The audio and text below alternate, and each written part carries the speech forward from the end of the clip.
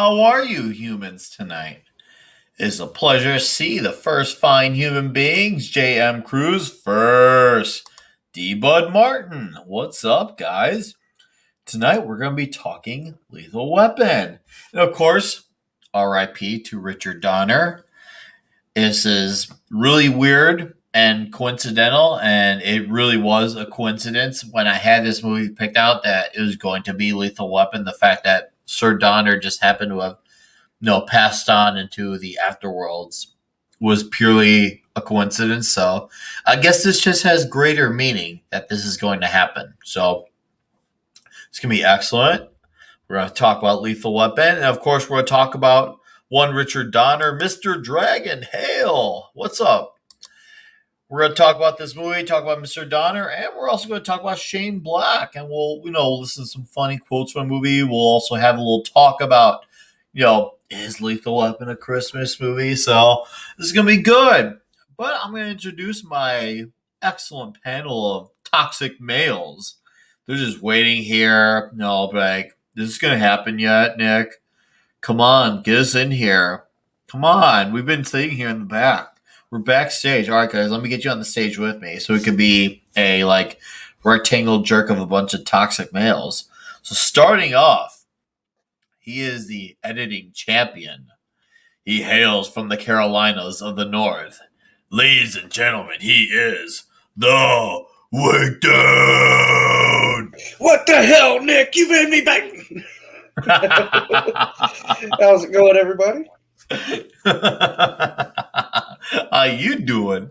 How you doing? Oh, I'm doing. Excellent. Awesome. I'm feeling good about this one time. Really am. This is a perfect choice. I completely approve.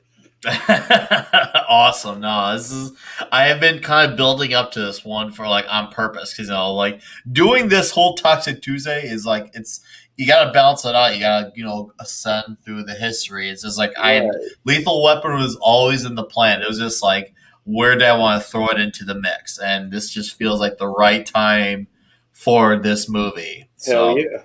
Yeah, we got some other fine gentlemen here. He is from the archivals of pop culture. He likes looking like a frog. He is the Jed. Doors up. Hey, one of my favorite lines in the movie was early on. He goes, "Why do you have to make things so complicated?" He goes, "I don't make things complicated. They just are." It's true. Yeah. Yup. Oh. Stay at home podcast. Hail, Sir Toxod, Nick Weiser, Jam Crew. Oh, that's your stay at home podcast. Cool, dude. Excellent. I'll have to come on sometime. Hell yeah. All right. Parrot Head here. 32 flavors of wiener looks like a skinny Lemmy. Well, yeah, that's true. I'd say I look like a skinny Lemmy, except I don't got the accent and all that stuff. It's just what it is. It's just what it is. But we got two other fine gentlemen here.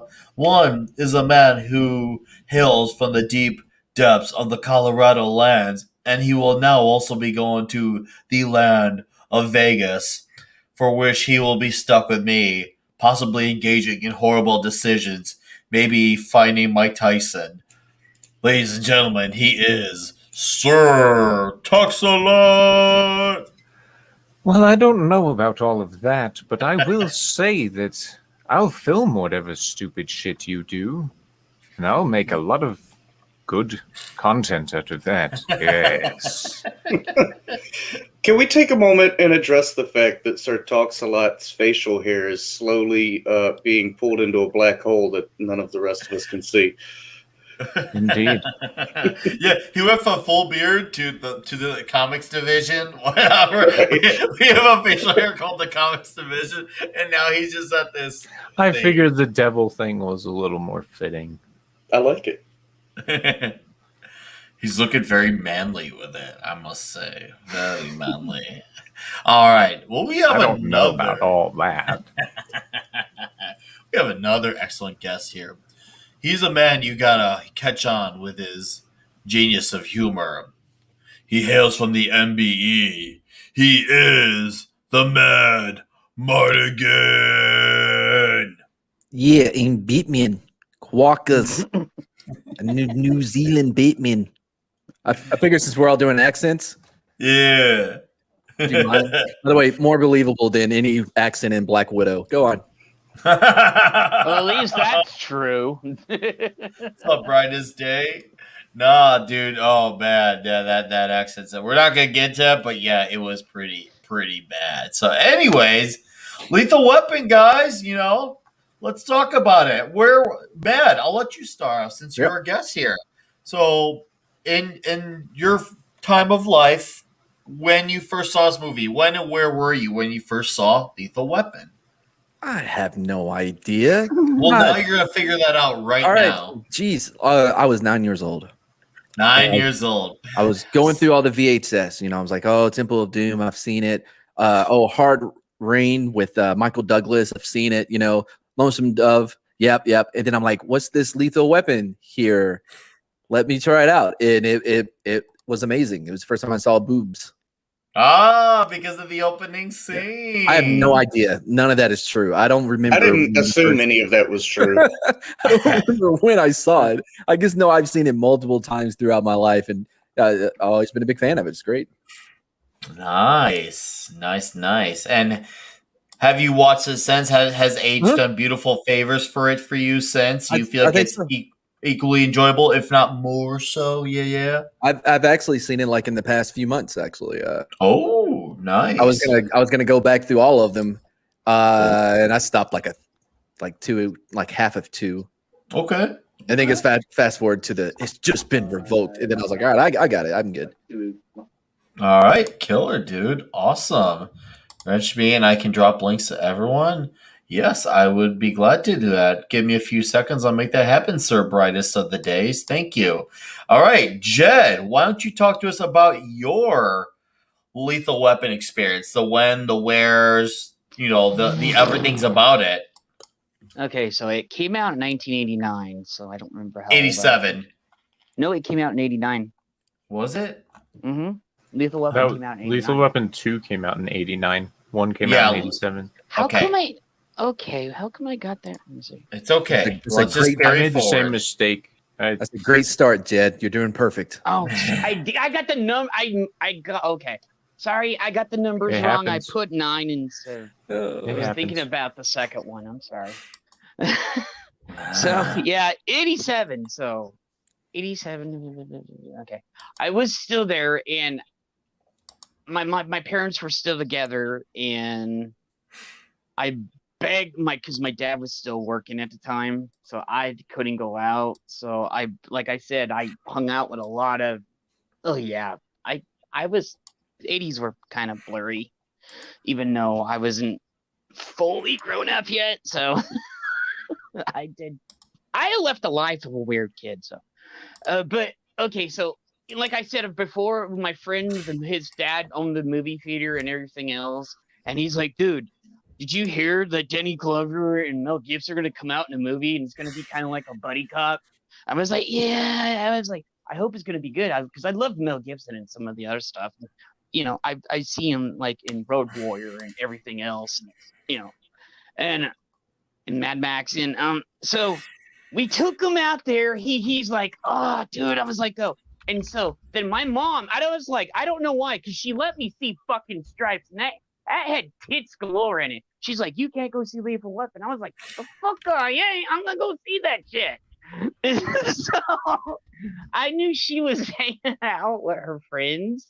One night, the night that it came out, I don't remember. It was, and so I canned it. I had my friend's dad pick me up. I scooted out there. I said, I'm going to go spend the night at my friend's house. She's like, okay, not realizing, hey, he thought ahead on this.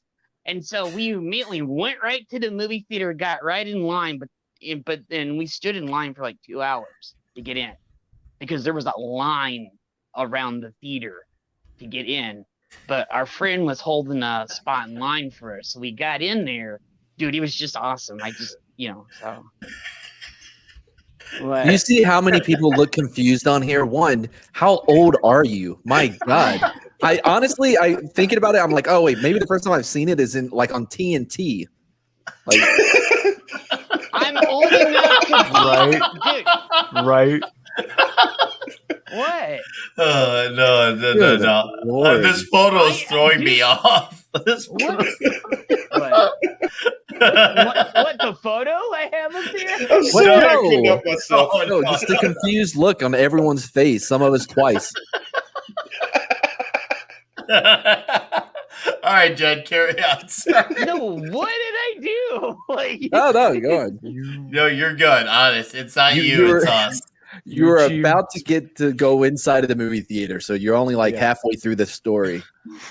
no, we had to get in there. Like, it what toxic man food? No, my mom was a whore. That's the reason why they spoke up. Oh, fuck, bro. Yeah, yeah. So that is the reason why my parents split up. So, Oh, I love this story already.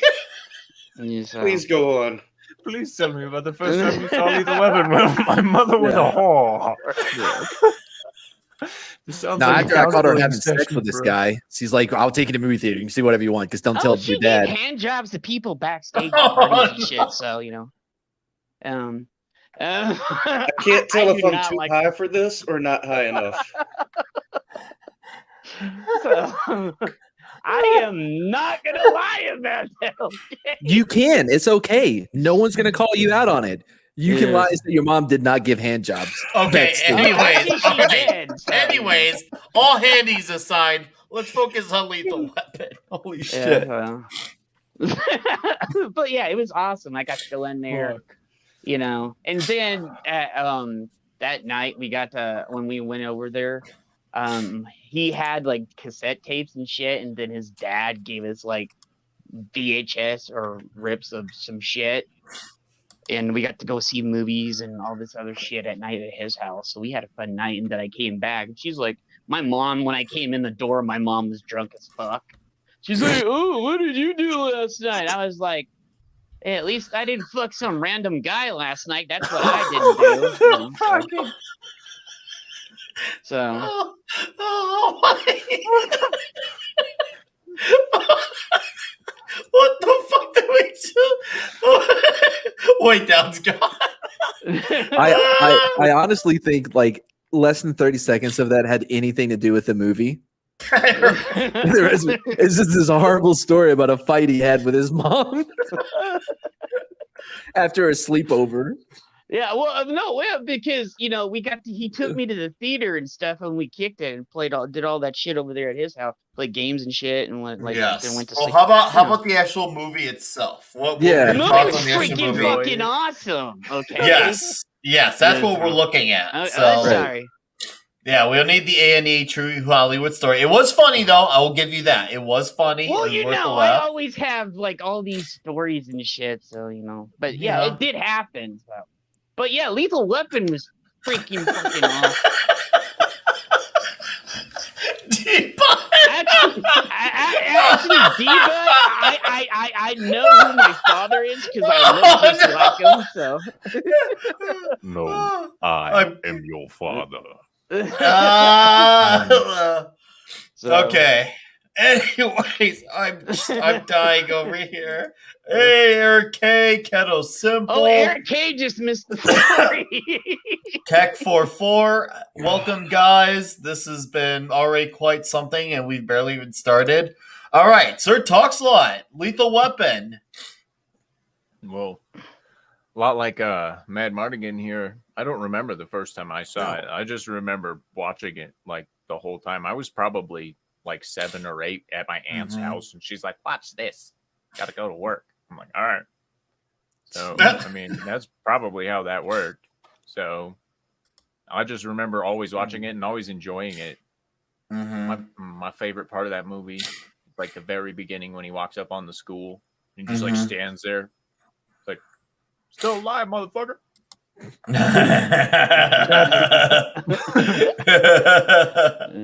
Oh my god. Yeah, dude. No, it's just this movie, like obviously, as we have said with all the other Toxic Tuesday movies, this one of these movies where it just you look at it, you're just like, wow, it's a real world. It's not a green screen, and you got all this. Dude, I forgot because I rewatched recently how phenomenal Mel Gibson is as an actor. Like he's just so nuts and outrageous, and you really believe, like, if you didn't know who Mel Gibson was outside the movie, you would really believe that's who he was, like in real life. Which there are layers of that. Is he that far off of it now? Like, oh, now, God, yeah, I think he's more like his Lethal Weapon persona now than he was then. I think he's more like now he's too old for that shit. So Well, that's funny. We'll get to a topic on that later. Actually, there is something about that. All right, Wake Down. Tell us about your first Lethal Weapon de-virginizing experience. I want to hear more about Jed's. It was crazy, dude.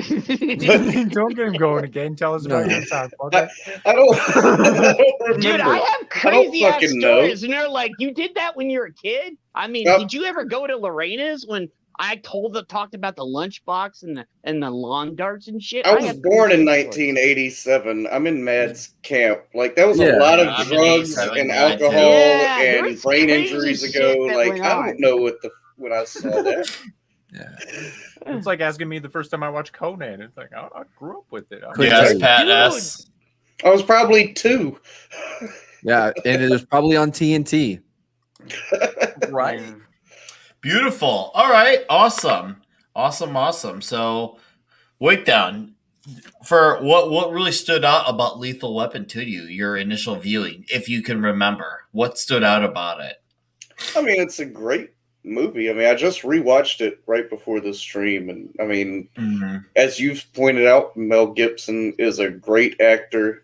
Danny Glover gives a good, understated, good cop performance. Yep, family man. Yeah, it's a decent story that they don't get too out of the box with, like they would in future iterations of the franchise. Oh yeah. All around, it's just a good movie, and it is a fucking Christmas movie. They start out with a Christmas song. Yes, all Shane Black movies outside of the Predators they all take place at Christmas time.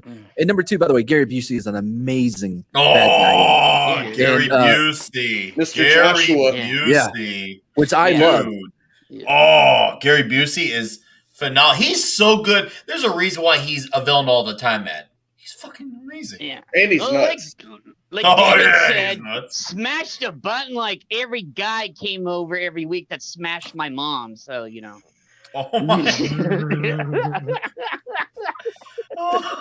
I love this timeline. Anyway. All right. So as we know, Lethal Weapon hit in 1987. We clarified that. Yes. So now we know it's undisputed. We're gonna go over the box office numbers on this sucker because I want to talk about what. Once again, this is another movie that opened up to small numbers at its time, which these probably, if you adjusted for inflation in the nowadays, would be much higher.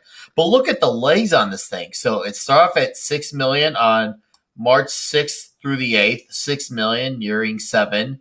And then the weekend after, not a holiday attached, it goes up to 7 million and then holds right back down to 6 million again, just a little over 6 million. And you see it so on and so forth. And it didn't have any holiday. It didn't have to come off as a franchise with a sequel that was attached to it or as a remake.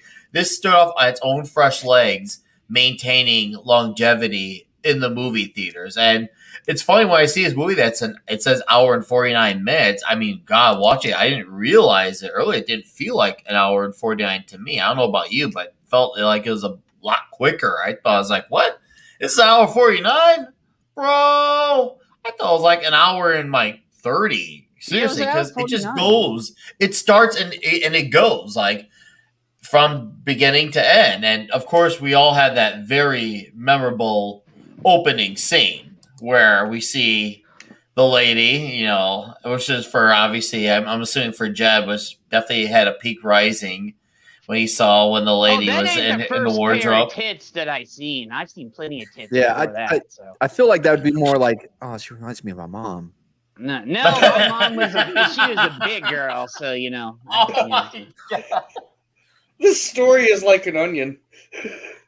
Very, very much. Guys very liked many my layers. mom because she would probably do whatever they wanted to. So No, Jed, we don't. This is not- I suppose you're not honest as familiar with the fuck, concept dude. of oversharing.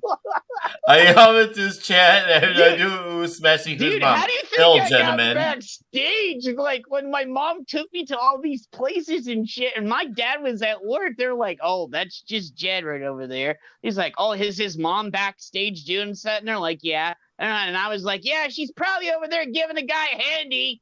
What? You know, so- What is this backstage thing?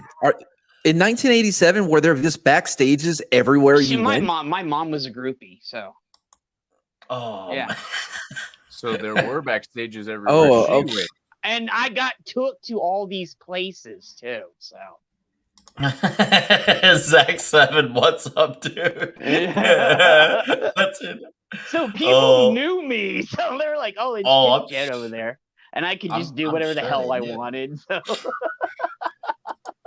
Okay, let's get back on to serious stuff So- or fun, serious stuff. Go ahead, Mad. What impresses me most about you were talking about the legs of this movie is if you look at 1987 and the competition that it had throughout that year is Mhm. pretty strong. Yes. Yeah. Mhm. Over the top, which is Mhm. amazing. You had Masters of the Universe, which is can never be topped as far as He-Man goes. Yeah. And there was some other movies as well. I think you know, Brightest, sorry, not Brightest Day. Running Man was 87 as well. Predator was. Predator And was, yeah. Holy The Lost shit. There's Boys. a lot of good movies that came out that year. It Princess was Bride, awesome. Full Metal Yeah. Jacket. All that, Man, 87. I was born on a good year. I feel good about that. Like since 87, I was born in 87. I'm like, man, I got a damn good year. Yeah. Toxic right here. Yeah. This Uh-huh. was a great year for films. We had it really good that year. And Brightest Day here tipping me some sweet money. What did you do, Brightest Day? Coming in hot, sending me the sweet old capital. It's probably going to be about Jed's mom, but we don't know until we find out. So we're going to find out real quickly. While we're here. He was $5 for Jed's therapy session. Oh, I already been through that like 20 years. Oh, ago. thank you, Brightest Day, for the Yes, 20 years $5. ago, treatment was not as effective. You should try again. Just Yeah. an idea.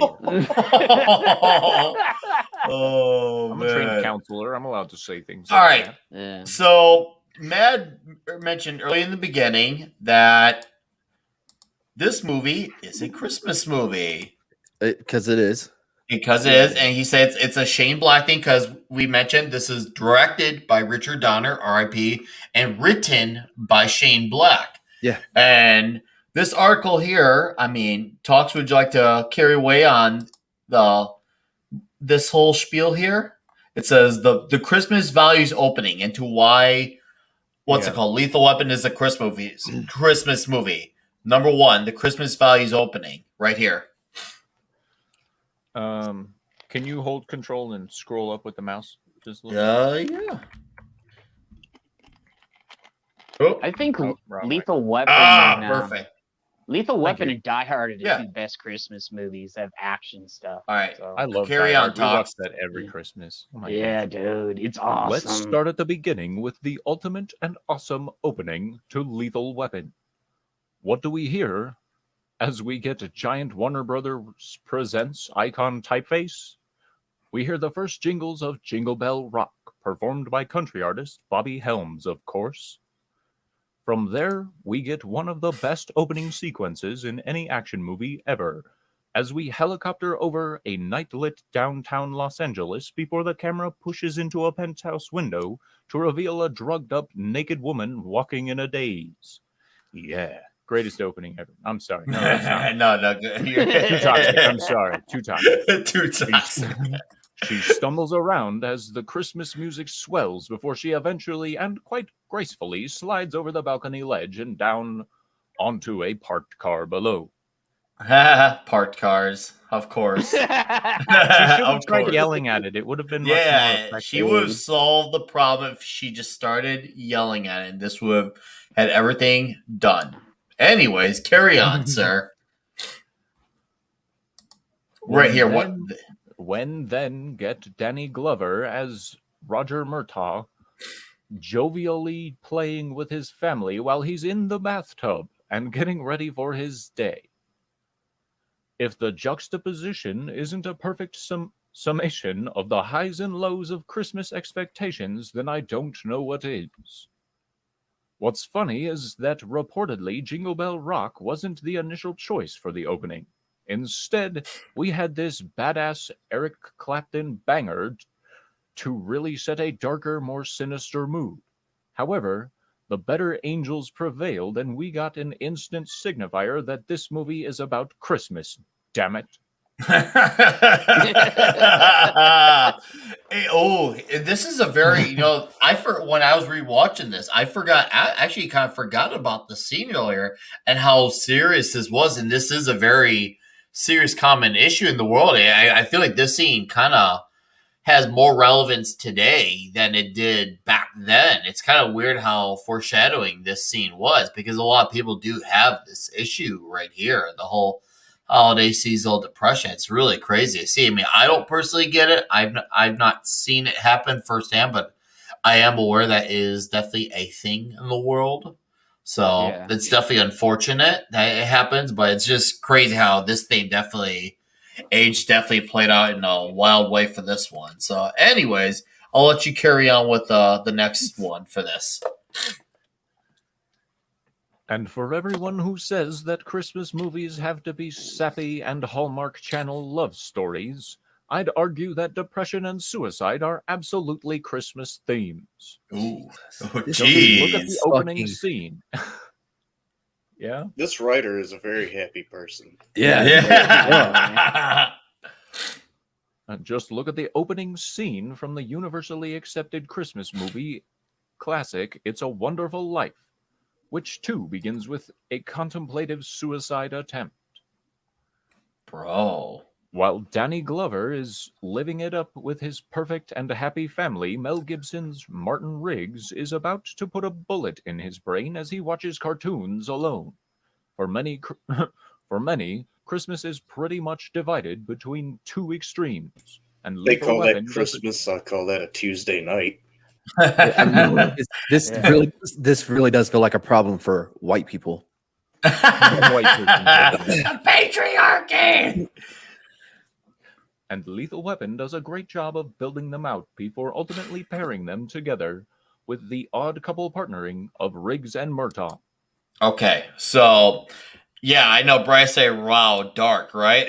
Rugo, Halo, I'm getting too old for this. Yeah, I see what you did there. Yeah, no, I just remember seeing this scene, and it's funny because you see the two, once again, the contrast of the Lost House. One's got this suburban family, so happy to have, all kids who are growing up living in a nice home, healthy family. Then you got this guy here who gets the absolute reverse of that.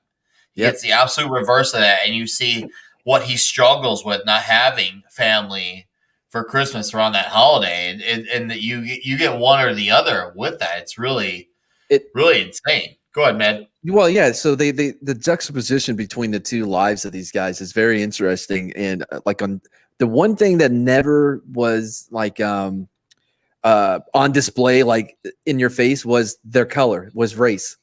That was never really a part of their different. You have these two characters in both the way that they do police work, the way that they live, the way they think and act. All that was different. But the one thing that they never made an issue of or highlighted was that they are different races.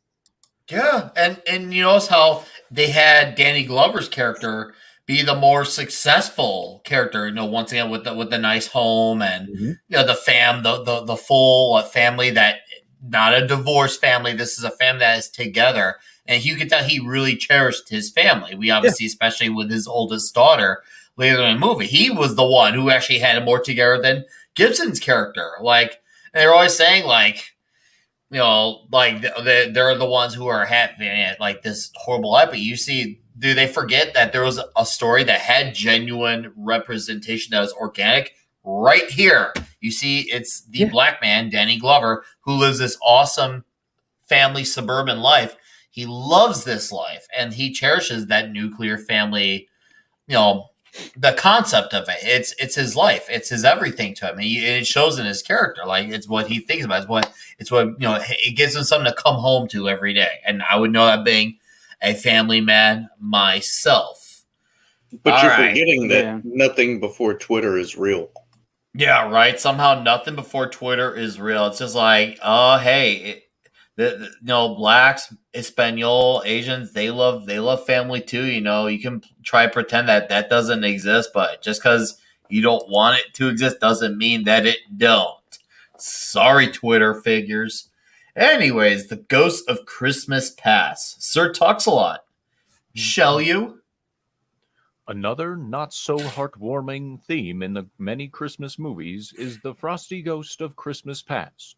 While Christmas is meant to be wholly good and loving, you can actually block out all the sins, traumas, and unworldly doings of the past. You can't actually do that. For Lethal Weapon, I'd like to present that even more than Riggs bemoaning the loss of his wife, the Christmas ghost is actually shared traumas of the Vietnam War. This dude is more depressing than the movie. I know, right? I think he's Yeah. mad. He's mad that he sees a successful black man with a black family, and they all just like love the hell out of each other. He's just like, why? And you'd think with the leading headline, it would be like, oh, it's gonna be optimistic. Why it is a Christmas movie? But clearly, this guy just has a very dark vision of this. And Stay at Home Podcast here has a great comment here. This movie will never make as his take. The black family is a solid nuclear family is against the current propaganda. Yeah, True. right. And the Jack of all casuals, what's up? Andy Masterson, what's up? Commenting is dangerous. Man, a lot of you dropping in here. Appreciate you all. Thank you guys. This is absolutely awesome that we got this going. So, all right, Talks, carry on. Okay, it's a big odd watching Lethal Weapon, which came out in 1987, today in 2019. Its release was actually closer to the end of Vietnam War, 12 years, than we are today to its release, 32 years. Yes, while that's I how wouldn't- math works. Sorry, Yeah. that just stood out to me like, No. yes. Yeah, It is. you're right. Like, very good.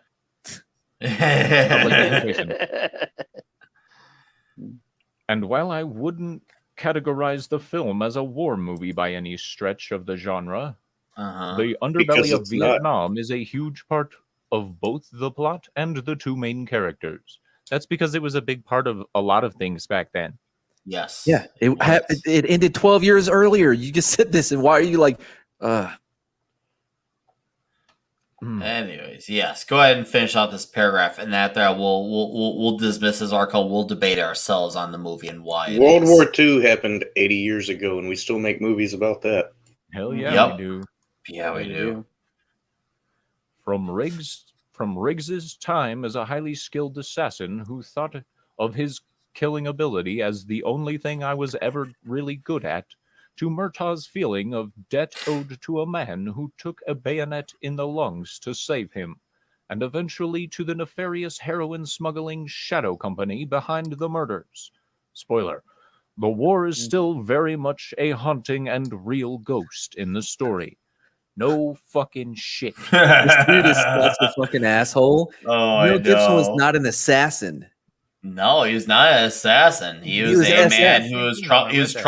traumatized. He was a man who was traumatized. No, Well, like he was Spec SF. Ops. He was Special Forces. Yeah, Yeah. like Mhm. he was Yeah. not an An assassin. assassin. He had a highly trained skill set because he was in Black Ops doing what he needed to do for his country. How about that? How about when he has to go up to the roof, and he has to go, especially I remember when I first saw Lethal Weapon, and there's that crazy guy on the roof, and Gibson goes on up there, and I was just like, is he really gonna go for this? And then they take the jump. I actually thought, they're not gonna waste the Do you beginning of this wanna movie jump? with him dying. Do you really want want to jump? You want to jump? I was just like, oh my god, this guy's Yeah. crazy. I love it. It's not a bad. That was one of my favorite scenes in the movie. There, he's like, he's crazy, man. What's up? You need to get him away from me, man. My favorite, or one of my favorite scenes, is right after that, where Danny Glover pulls him aside and goes to slam the door, and it just keeps going. It goes right back out. The interesting thing is, like, that is actually not a bad strategy to handle that situation, believe it or not. Well, because, like, not all the time, but I was a cop for 7 years, and one thing that I saw whenever I went to suicide, either attempts or completions, right? Sorry, self-deletion, right? The people who like told their friends or somebody or whatever that they were gonna do it, they're always alive. Now, the people who never said a word to anyone, they were always not alive. Yeah, that's because if someone wants to kill themselves legitimately, they're not going to talk about it. They're going to do it. Yeah, it's not that hard. Yes. It's kind of easy. I'm not saying, like, if you see a jumper to cheer him on, be like, do it, pussy. I'm not saying to do that. Do it. Come on, do it. Yeah. I'm not saying to do that. I'm just saying, I know. like, yeah. Well, in the movie, we're never shown, but Mel Gibson and Danny Glover both had to have known that airbag was there. See, that's why I don't know. That's what's hard to interpret, because look at the way Glover was freaking out. Like, they must have, I don't know if they like rolled that out quickly, or I don't know how long it takes to make a mat like that, or how quick does that roll, man? Have you seen something like that when you were doing time in the service? Yeah, that big mat. How long does it take to unravel something like that? Or is that just movie magic? I don't know. What? Hey, I don't know. No, we don't like use that. Yeah, that I don't seems know like what the really hell. big city movie.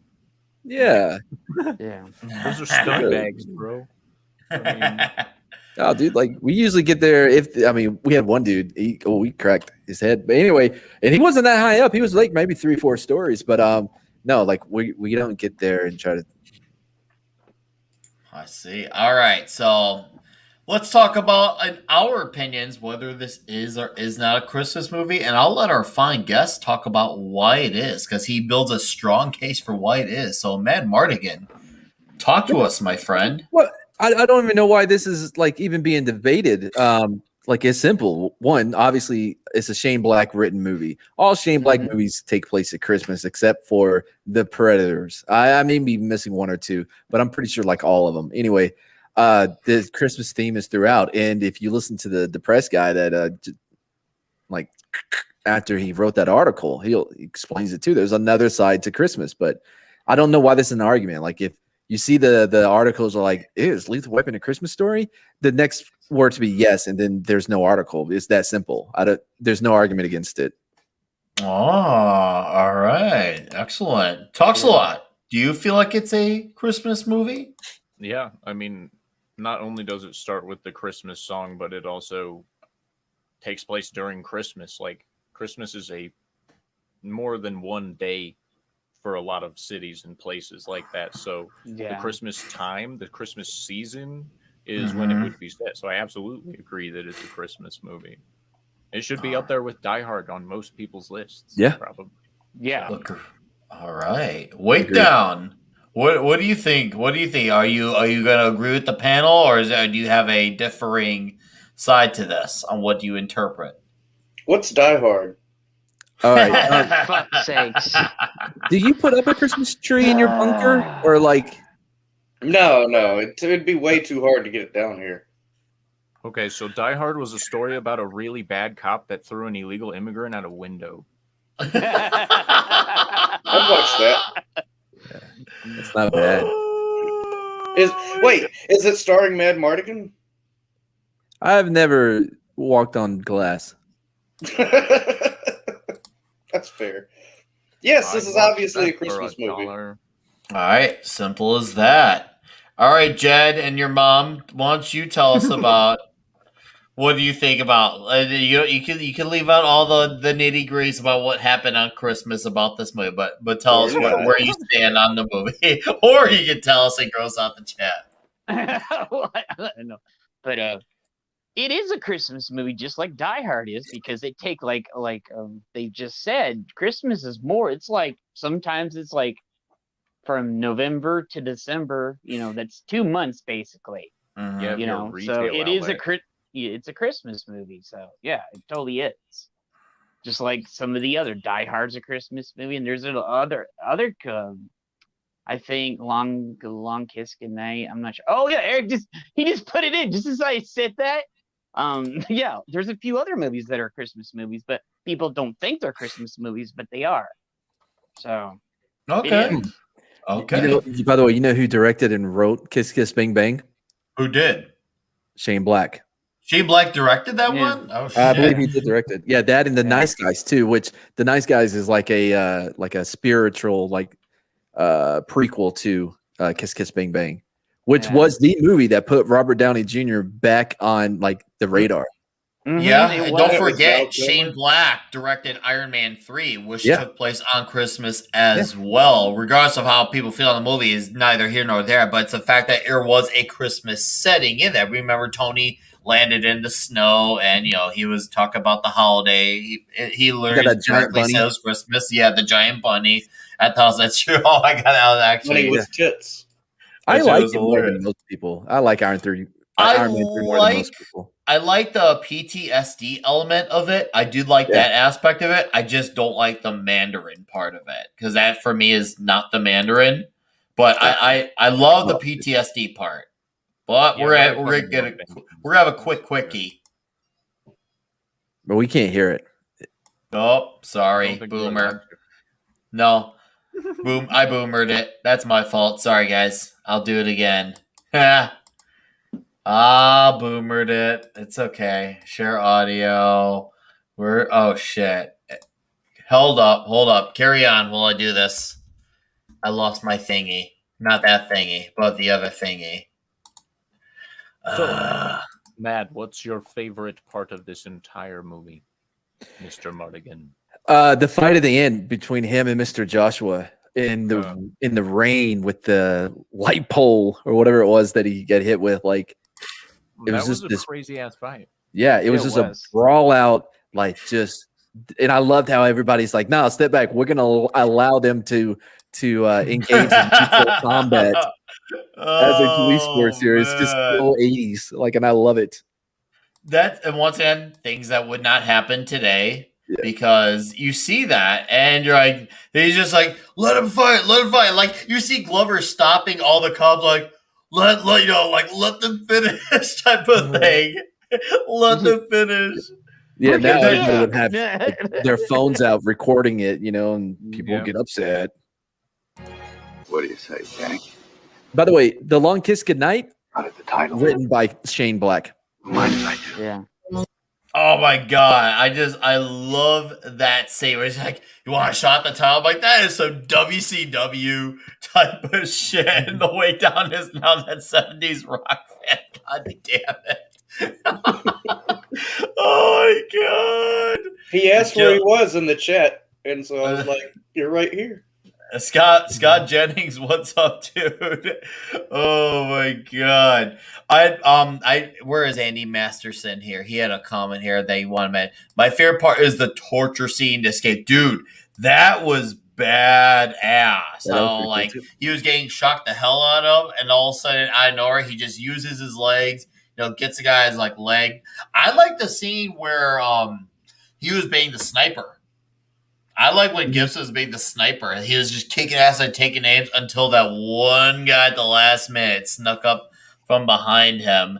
And I was just like, no. I thought it kind of like, I remember me when I first saw the movie, I thought that was going to be it. I thought this is going to be it. Oh, he's going to finish them off. It's going to be good. The hero saved the day. And I'm like, oh, crap. No, they're not done. Shit. He takes one in the vest, too, by that shotgun. Yeah. Yeah, he did. What I appreciate is that he flew back because, like, that's what happens when you get shot in. Although, like, there's a plate, like, it's a little bit. But for the most part, I dig it. Oh, Most of that pressure still hits your fucking chest. All right, panel. I'll answer first, but I have not seen the director's cut. How about you guys? I didn't know there It's was the only one. one I own. I'm sure I have at some The point. only copy of the movie I own is. Really? How Yeah. much is it, like, improve? Like, Yeah, I I want to tell you, it's been know. so long since I've seen the theatrical version. I don't remember what the differences are. I'm just used to directors. I'd watch the other one and be like, I thought this was. Oh, okay. I'm gonna write. it's interesting. I mean, yeah, they look for it. I couldn't. I don't think I had only had the not the director's cut, but the theatrical version. So I didn't have the director's cut. All right, Jed. I do have it somewhere. So All right, Jed. What was the scene in the movie that stood out the most to you?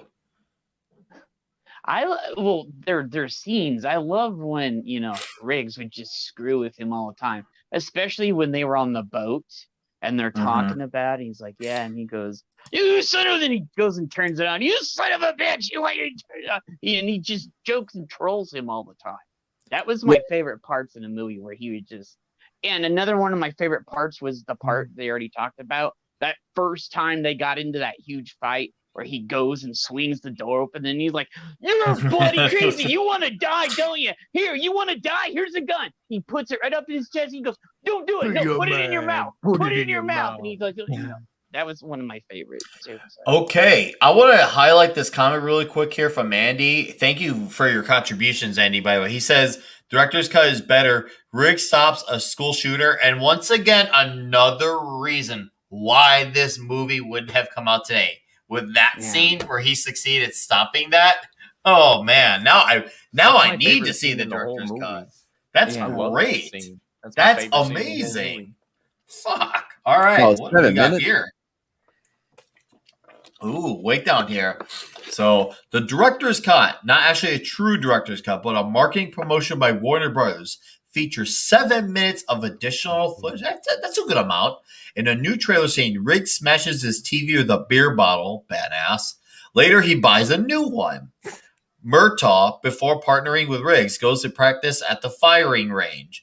Riggs, before the dope shootout, answers a call in a schoolyard with a sniper. Riggs walks out into the line of fire and kills the sniper, emptying his clip into him. Riggs, after leaving Murtaugh's house, goes out to solicit a prostitute. The aftermath is not shown, but Riggs says he wants to take her home to watch the Stooges with him. For this, he pays her $100. Oh, okay. Like, that makes more sense there at the end. Like, he's like, nah, I don't want to sleep with you. I just want someone to watch. Oh, that's sad. And isn't that in the second movie where he goes, "Hey Mo," and then he wipes out the whole room? So, and then they jump out the window. This is also kind of interesting. Oh, yeah. The British TV version cut out most of the electric shower torture scenes where the USA TV version left in the torture, but cut out the should marijuana be legalized argument between Murtaugh and his. Oh, dude, that argument made me laugh because I just, watching it recently, I'm like, oh, man, the whole weed thing. I'm like, man, it's so weird because I remember, like, being in high school. And like it was like such a like crazy thing. Oh no, the people are going for the weed type of thing. And then nowadays it's just the biggest whatever thing. Which kids like us saw it as a whatever thing, but it was the adults who did it. They were like terrified of it. They were terrified to like they were about the China bug. It was just like, wow, they really were like that in that time period. So it definitely, that's when you knew this movement that was its product of its time moment. Well, Nancy Reagan didn't help with that either. So, by the way, I would like to say like the comedic beats in this, like it's so understated. And like if you look at like the Lethal Weapon 4 or Lethal Weapon 5 or 72, I forgot how many there were, but like, they leaned a lot more. Yeah. No, that one is that's not real. Apocalypse. Like, no. But yeah, like they really lean heavy. Now, I like the one with Jet Li. I thought it was good. The comedy was a little bit much because now you're adding in Chris Rock, and he's doing bits from his stand-up. You know what I mean? Mm-hmm. So it was a little much, but like I think like the comedy here works because Shane Black knows how to write dialogue. Like he's so good. I know like, I'm a big fan of his, but like, yeah, I really think that the comedy like doesn't get as much praise in the early ones because it's so overdone in the later iterations. Oh, it is. No, I do agree. I mean, yeah, obviously I could tell you're a fan of Shane. It shows, but you're right though. Now, that's a real badge. I'm a real cop, and this is a real fucking gun. This is a real freaking gun. Oh man, dude. I love where he just like he starts to go nuts like, like type of thing. He becomes Yeah. like Tasmanian devil. And his hair, Mel Gibson's hair in this movie. You want to talk about the 80s Wow. personified? That freaking hair. Oh my Mel Gibson god. losing his shit is one of my favorite things to watch. It's a great Period. It doesn't matter if pastime. it's in the movie or if it's in real life. Him losing his shit is hilarious, dude. And it's That's always true. entertaining because it's always from like 1 to like 13. He's just like, well, you know what? We're gonna go fuck you. You know, just like, oh, have a wonderful day. Fuck yourself, bitch. You know, he just loses it, and it's like, man, if I could lose it half as well as he could, I'd be sick. Ooh. Yeah. Hey, Andy did Red have a Lantern point Frank. there. Do you see the Andy had a point there too? I got right here. Is it the boat one? The scene, yeah, the Yeah, scene, the scene after after the boat when Riggs says, I do it real good, you know. In 69, I did a guy on Laos at 100 yards and high wind. Gibson had so much understated emotion. Dude, he is phenomenal. I mean, granted, obviously, we all know that big 80s hair mofo. I know, right? They fuck you at the drive-thru. They fuck you at the I love when they talk about the cell phones. That's my favorite. Oh version. my Oh, god! did you know that I actually my parents had one of those cell phones. It was Wino jackrabbit son of a bitch that did Hunsaker. You sure? I'm sure, man. I never forget an asshole.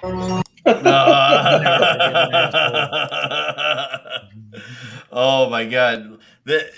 So you had It's also like all other 80s movies besides the hair, the embodiment of advertising product too, like the Pepsi can. It's just like, oh, here we go. They loved advertising franchise brands in these movies. It just makes me laugh seeing that shit all the time. You're like, Well, wow, what? Well, so I've been changing my mind about that lately because, like, it makes even though it does stand out at times, depending on the way they do it. Like Transformers are like, well, why don't you hack into Megatron using this Sony, whatever it is? I know that's not from the movie. I'm just using it as an example. Yeah, Anyway. example. Yeah. But what is interesting is that I've been looking at it as like, well, that's a real world, and in the real world we have Pepsi, and that's something that people would, you know what I mean? Like, I think there's a line between making it to where, like, well, yeah, we drink Pepsi, and to open your fridge, like, well, let me see what I got here, and it's like row after row after row of Pepsi, you know. And I think some movies are definitely better at doing that, as implement like integrating them into the overall story and in the world to make it, you know, not just stick out to you as like, oh, see who paid for this. So Jack comes in with $7.99, says only if you get pineapple pizza. Okay, I think with that price, Jack, I don't hate pineapple. It's one of those things where if it's there, I eat it. I will never spend money though on anchovies. I feel like that's the real distraction enemy in the world is anchovies. But Jack, thank you for the $7.99. I guess I could get a Domino's with that type of money. Thank you for the $7.99. Appreciate that as always. Yes, it is a masterpiece action movie. Yeah, it is. What's up, Ginger Ninja? Oh hey, Nick, my god! Did you What's up? did you know the phone that you saw them? That was a Radio Shack phone. My parents, it was a Radio Shack phone, the one that you put to the side. My grandparents had that phone, and then they bought one for my parents too. So, yeah. My dad was a big, like, he was an early guy with a cell phone too. He had one that was like in his Bronco. It was blue, not white. And in his Bronco, like, it had a whole plug. And then he had another one that was a bag phone. It was a bag with like a legit huge phone. Like the brick? Like the brick type of thing? Oh, those things are hilarious. Like big, yeah. You could hurt people with that brick one, but the other one, the other one, you had to carry it with you, and then you plugged it into the side, and then it was just a huge thing. So. Right here. Oh, sorry. Every single day I wake up and I think of a reason not to do it every single day. And you know why I don't do it? This is going to make you laugh. You know why I don't do it? The job. Doing the job. Now that's the reason. The job. I mean, All right, Matt. You obviously you did your time at office. So do you feel like that's a relatable viewpoint, or do you feel like this is just movie magic? Where you on this scene? I mean, look, I go either way. Like, it's definitely like I don't know a lot of people that would be like, okay, like their only drive is to work because it is a job. And you take a lot of it home with you for sure. But like you're gonna, yeah, like I don't see that as being but I can see it in a certain light where like what with his wife being dead and the Vietnam, and I'm a veteran as well, so like I get a lot of that. So I don't look too much into it, and I don't appreciate you forcing me to put a spotlight on it, so I start to question it more. Yeah, no, I mean it's fine. Like, sure. I was just curious. That's all. Why you gotta make things so complicated? Thanks. I don't make things complicated. That's just the way things get all by themselves. Oh, what timing, man. Yeah. What timing. Oh. I think that's my favorite line in a movie right there. One of my favorite, if not my favorite line right there. I just like Glover's line of "I'm too old for this shit." Like I wish I mean, obviously it's the obvious one per se, Yeah. but it's just like it's just so good. So it's just like I can't. I don't want to help myself from that one. If we're gonna talk favorite quotes, I'd have to go with where Murtaugh is like, "God hates me. That's what it is." And Riggs just looks at him and like exhales his cigarette. And he's like, "Hate him back. It works for me." That's a good fucking line. Yeah. Oh. With Danny Glover's line, but like, could you imagine? Like, he had no idea another 20 years would go by, and he's still doing this movie. Right. You think you're too old for this shit now, bro? You have no idea. Best line in the movie from Andy, all dressed up and no one to blow. Hey, you're hilarious. Dixie. Oh, that is a good line. I do enjoy that particular line. I mean, how could one not enjoy that beauty? That is fuck. Once again, what happened when there was a time where you could be like, I don't know, spacing out or just be at the job, and quotes from these movies that we grew up on just popped up into our head. I maybe I'm the only one it happens to. I'm crazy like that, but I feel like you guys had to at least have that at some point in time, whether it was some Arnold movie or this or Stallone. It's just how it shows you how quotable and memorable these movies were. And I feel like we've definitely lost that element of, the catchy catchphrases and the slogans nowadays. They're definitely nowhere as prominence. Where are you guys at on that? I quote a lot of things to a lot of people, and most of them just stare at me like I grew a third head. Yeah, I'm okay with the movies not having the quote because, like, I feel like it is certainly like something of its time. You know what I mean? It would feel a little, yeah. It would feel forced and kind of cheap these days. Yeah, like everything else. Like, well, yeah. I mean, The Rock trying to pull off one-liners like, Schwarzenegger would just fall flat for me, personally. Yeah. Fast I and Furious does that too. They try to force lines, and it just doesn't work. I want to mention the music here, Red Lantern Frank. I had like a brain fart in my head, so I want to bring up. And yes, the saxophone. They love the sax in this movie. Like from the scene where you see the adult daughter, from the grown up daughter to like just them driving out in the town. You hear they love that sax. I don't know. I never looked into who did the score or the sax for that, but that is a very memorable aspect of said flick. I know Eric Clapton did help with the soundtrack, so yeah, he was supposed to open with. Yeah, they're supposed to open with him. Oh, supposed to open with him. You want to shout? Want to shout the title? I learned that from the article you made us read. I don't know why you're mocking me. David Sanborn. Ah, there you go, Andy. David Sanborn. That is the name. Last year, it was said last year, it's not for certain, but last year, it was said that apparently Gibson and Glover want to reunite again. Do we truly believe those guys have it in them, or do you think it would be a passing of the torch should they pursue another lethal weapon? No. Mel Gibson has it in him 100%. Yeah. Danny Glover still can't get out of has- his wheelchair.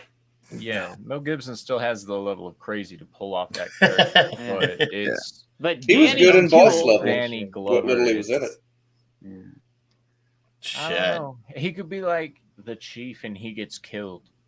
I don't want him to That's go it. back. Yeah, I don't I want don't him to either, die though. but I, it's like I, the only role I could see him doing. What if they you know? start the movie with Murtaugh's death, and then the whole movie is just old Mel Gibson going on like a Payback revenge style. spree? Dude, that'd be That's awesome. not too bad. Yeah, I like that idea because, like, but I don't want him to do main Hollywood anymore. I thought like he had some very interesting movies after he was exiled from Hollywood. Like Bloodfather was great. You know, he was able to. He worked on that Craig Zoller movie, Dragged Across Concrete. I'm a huge fan of the director and writer of that movie. He also did Bone Tomahawk and Brawl in Cell Block 99. But like him and Dragged Across Concrete with Vince Vaughn, it was a buddy cop movie. Well, not in I this still need sense. to watch that. It's a lot darker and grittier, and there's some parts in it. But yeah, so I like him being outside of because that's where I think like a lot of the good movies Still are happening. are still happening. Yeah. This is a great comment by TZ Canadian Beer. Thank you, by the way, TZ. Was Mel acting? That is. Well, yeah, because he didn't have an Australian accent in the movie. Yeah. No, I it does mean, slip a couple times. Asked and answered. if they made a comedy like Grumpy Old Man, that's what Andy thinks. As far as if they went with no. a sequel, if they went the Grumpy That Old would Men, be right? terrible. That'd be I don't fucking bad. think I had ever seen that movie. I really What, don't Grumpy think Old I've Men? seen it. Yeah, You I never don't seen think I've Grumpy seen Old it. Man? Maybe if I saw it and maybe I was watching it, maybe I'd get a better recollection. But to my firsthand knowledge of it, it's not ringing a bell at all. And I wish I could say I have, but I mean, when I say it, I don't remember, guys. I mean, come on, I'm too old for this. You go. I had to lead in with that. It was just the beautiful part. Oh man. That I was a little confused at first when it's once again another scene that would not happen in today's movie world. Just the whole scene with Danny Glover when he's introduced, he's in the bathtub and the family's walking in. You know, people would nitpick the fuck Right. that But scene. that's only today. because it's fucking weird. It It is, fucking yeah, weird. they I would, don't yeah, care because it's what weird. family This is you a are. weird fucking thing to do. Yeah, Yeah. because Fucking all crazy. the kids come in, the daughter comes in, Yeah, everybody comes in. No, that would not happen in my house. Get the Yeah. fuck out of No. the bathroom. Yeah, it wouldn't happen in mine either. So. We're not talking about like toddlers either, but like these are Yeah. full grown ass people. They're on their way to high school, like they're asking Right. for lunch money. And Like, there's not even like soap bubbles in the tub. He's just sitting No. there with some Yeah. water. You can see everything. Like, Yeah.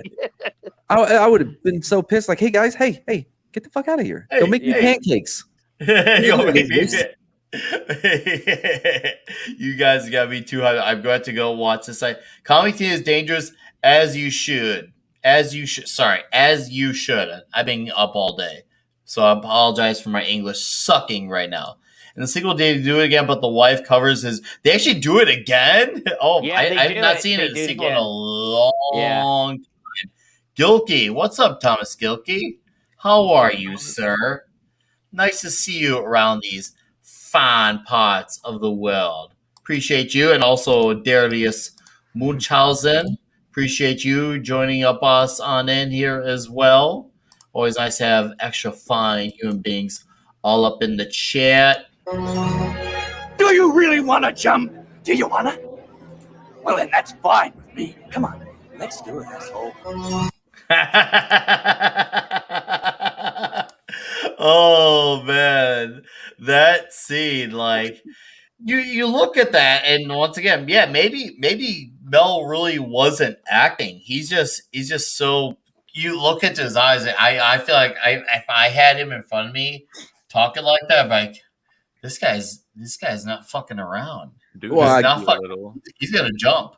I go back feel to the that, whole honestly. he didn't have an Australian accent like that.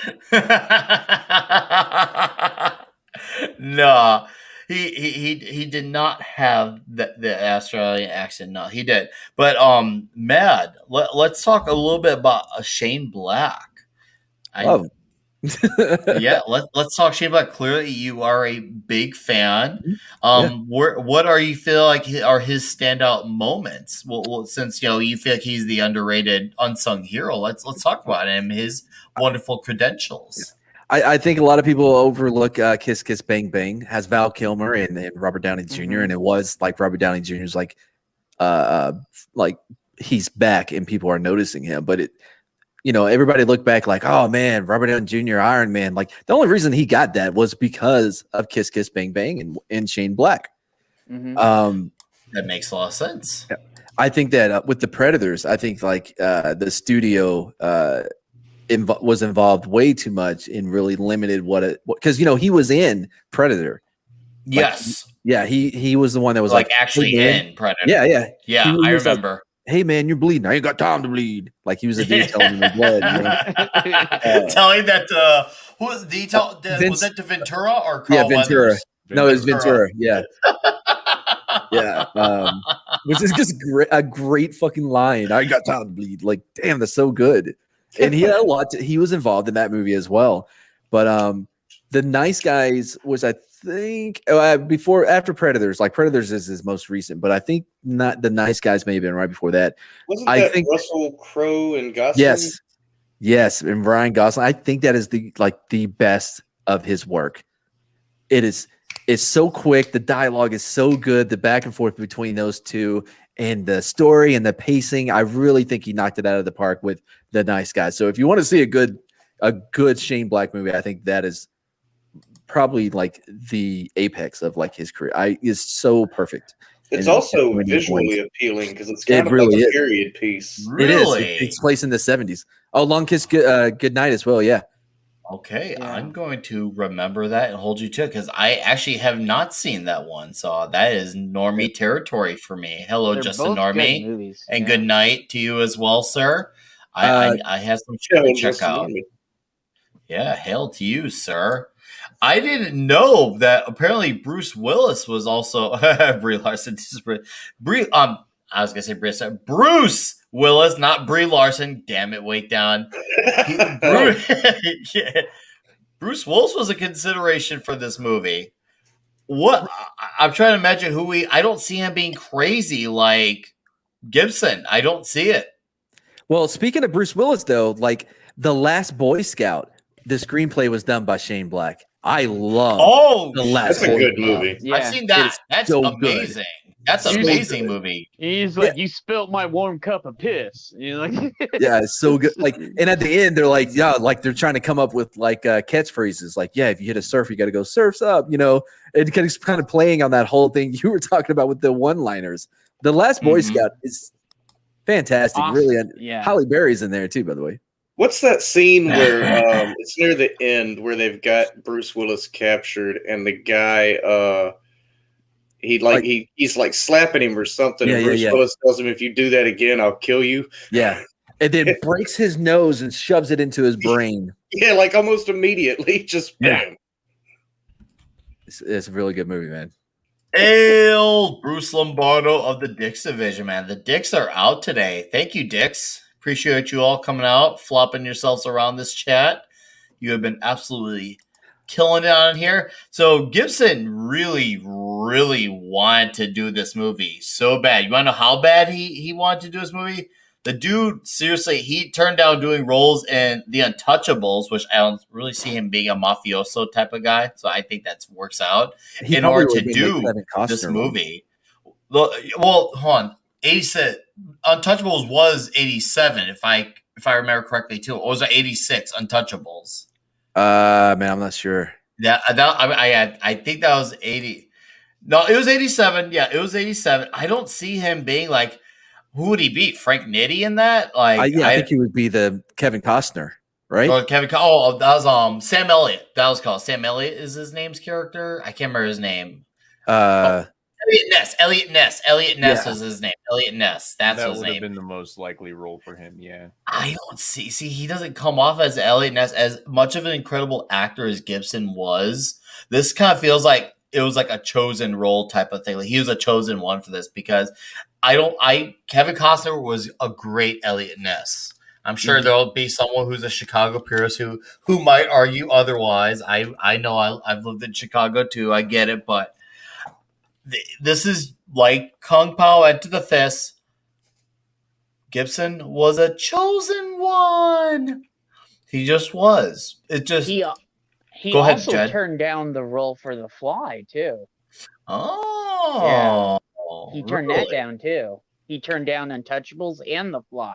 That's a good So- fucking choice, if you ask me. Yeah. I was gonna say, I think that one may have worked out in his favor, if anything. Wasn't it Michael Madsen that turned down John McClane?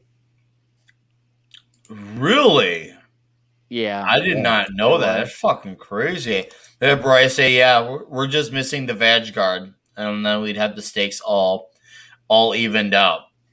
And of Somebody course, say steak? Don't get him going on food. yeah, Don't right. get Nick going on food. People have been trying to Never provoke talk in about the this chat. movie. And which we've done. again. We've done a good job. I've actually, thank you, panel, by the way. We've done a good job of carrying this movie conversation. So Can't you tell obviously, that I'm a bad influence? yeah, you made me say Brie Larson instead of Bruce Willis. I mean, that should tell you everything. It's because you have Brie on your mind, so you know. Well, the cheese, yeah, I like my cheese all creamy. But anyways, so written by Shane Black, but also directed by none other than Richard Donner, R.I.P.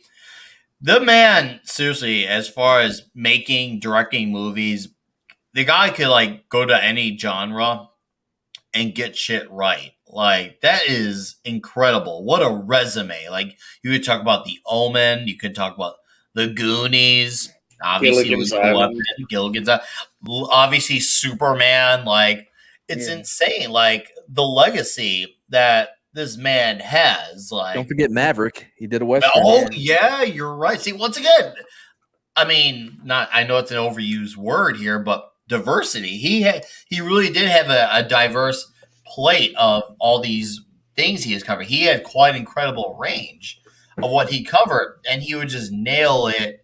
Movie in, movie out. It's incredible. Even his last movie is very underrated. I actually watched it about a month ago. It was 16 Blocks with him and Mos Def, and yeah. I enjoyed the hell out of that movie. It's a good movie. Really? I did not even know it came out. But then Yep. again, I missed out on a lot of movies in the last it's year. So Oh, maybe I it's, got it's like 10 2006. years old or something. okay. No, it's more than that. It came out in 2006. Oh Oh, shit. shit. I did not even know Hey, that. did you know Leonard Nimoy was one of the choices to direct a movie, but he was already doing Three Men and a Baby at the time, so they gave it to him. Yeah. Not a bad director. Right? He's made a couple weird choices. He had that one with a very young man. What's his name from Third Rock from the Sun, Inception? John Lithgow? No, the young what? one. You said Third Rock From from the Sun, Looper. so- Yeah, from Oh, okay. Inception. Looper, that kid. Okay.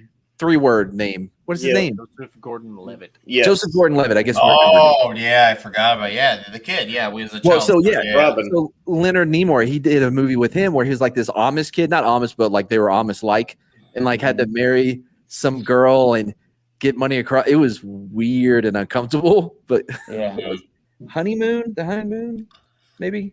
It was weird as shit. But yeah, he's a better director than what people I think give him credit for.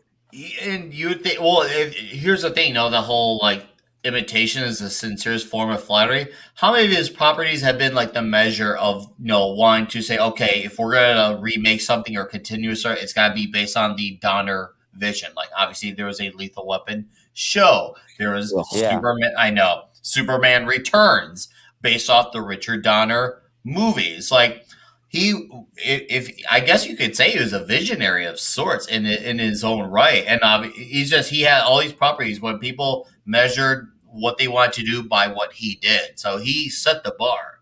I think For his that. pacing, like the way he paces his movies, is very underrated. Like because his movies have such a great pace to them, like conspiracy theory. You know what I mean? Yeah, that was a Gibson one too. Conspiracy Yeah, theory. and Donovan. Yeah, and it gets Great moved movie. like you never lose it. They never lose you. It grabs your attention and it keeps it for the entirety of the movie, which is something not a lot of movies can say today. Yeah, not true. Speaking of, did you catch the Donner cut of Superman 2? Did you catch that? Who, me? Yes. Oh, I'm not a Superman fan of like. Okay, I know Richard Donner. I know of it. I know of the movie. Yeah. Oh, I do enjoy the Donner cut, but I'm glad you mentioned with pacing.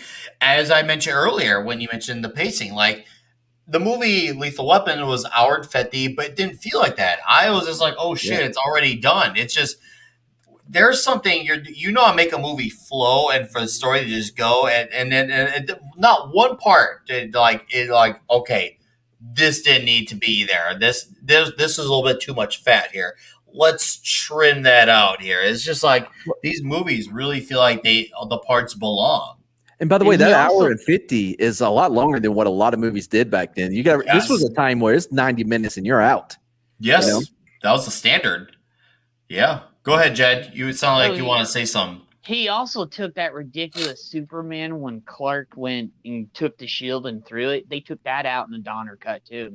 I hated that part where he threw the Superman shield. Yeah, Donner took that out. He's like, the cellophane wrap. Yeah, I thought that was Superman had a stupid. shield. Yeah, he ripped took it off his chest and threw it, and it turned into magical cellophane, and it and Donner took that out. The S from his chest. Yeah, ripped it Donner off his took that outfit. out. That was my least favorite part of any Superman movie. So does the S also stand for like slice? I'll slice your head off. No. You probably could, but he can't keep it firm. More like suffocate. I'll suffocate you with cellophane. Yeah, but like I said, when Donner did that, he took that completely out. So yeah, I don't blame the man. I suppose we have to register you as a lethal weapon. Lethal He Weapon. said it. He said the name of the movie. I love it when they do that. When it's done well, yes. Sometimes you're like, there it is.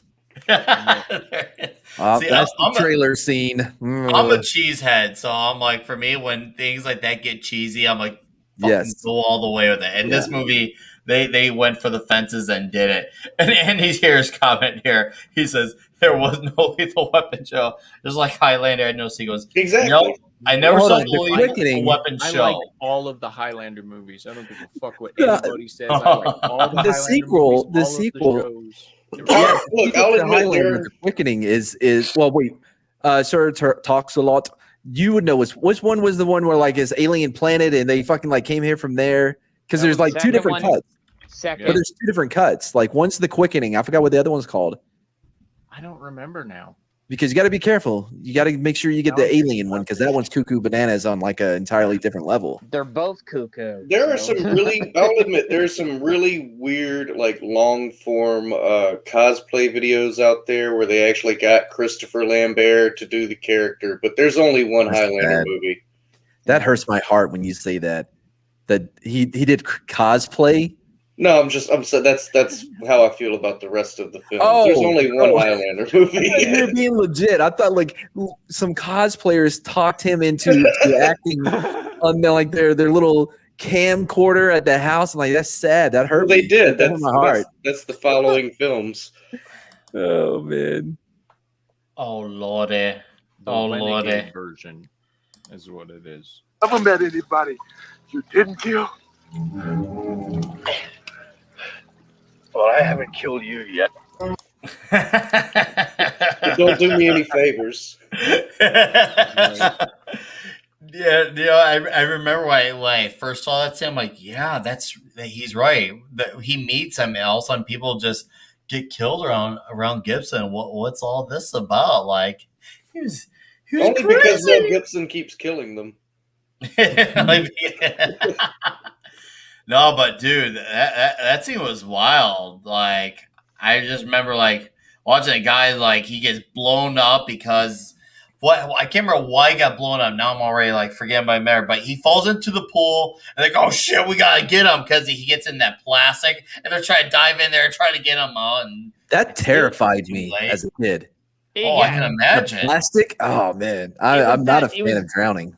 It was those nets they put over so leaves and stuff wouldn't get in a pool. And I don't know how we would know, but they say it's the worst way to die. Yeah, like I know no that. one's a fan of drowning, but like it's the scariest. You know what I mean? Like, nah, I'd rather be on fire again. That's right up there with falling off a cliff.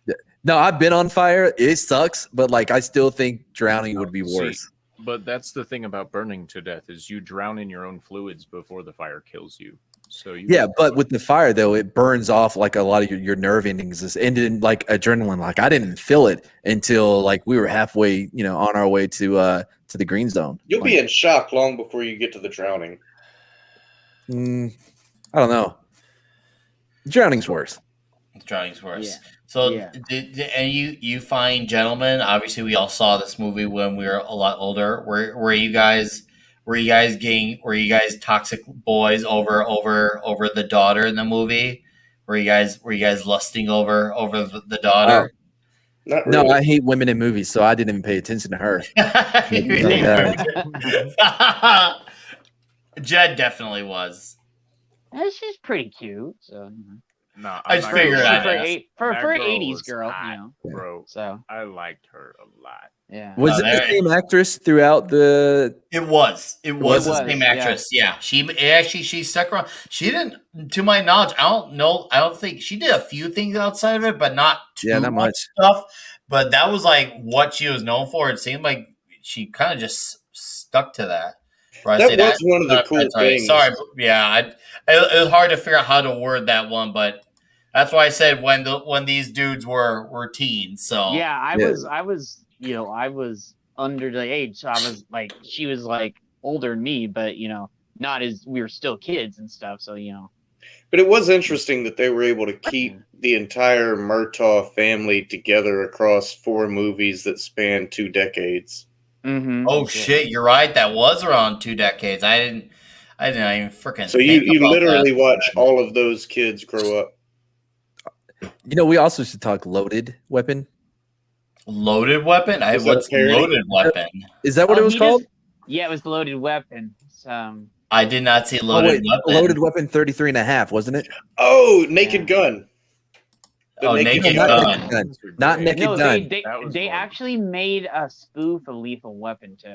Yeah, Really? and it starred Emilio Estevez I do not know. Yeah. and Samuel L. Jackson played the Danny Glover part. Hell fucking yeah! Now I have to see it. I'm pretty sure. I have not. It's a National Lampoon's movie. National Lampoon's Loaded Weapon 1, 1993. Got the movie trailer here. Oh, I thought it was 33.5. I may be wrong. That may be a Naked Gun thing. No, that's Naked Gun. So Okay, yeah, I was mixing up the 2 titles. Yeah, that's why I was like, Naked Gun. Excellent. Here, I'll share the trailer. Yeah. No, go ahead. Dig it out because we're gonna watch the snipers, the school scene too from Lethal Weapon. So gonna be absolutely excellent. Seen this Loaded Weapon thing? It's got like Tim Curry in it, Emilio Estevez. It was John hilarious. I know I've seen this before. Yeah. I can't believe I've never seen this. Is Samuel L. Jackson in it? Yeah, Samuel Jackson. Yeah. Okay. Yeah, I thought so. All right, so Hannibal Lecter. Wow. I haven't heard that in so long. I know, right?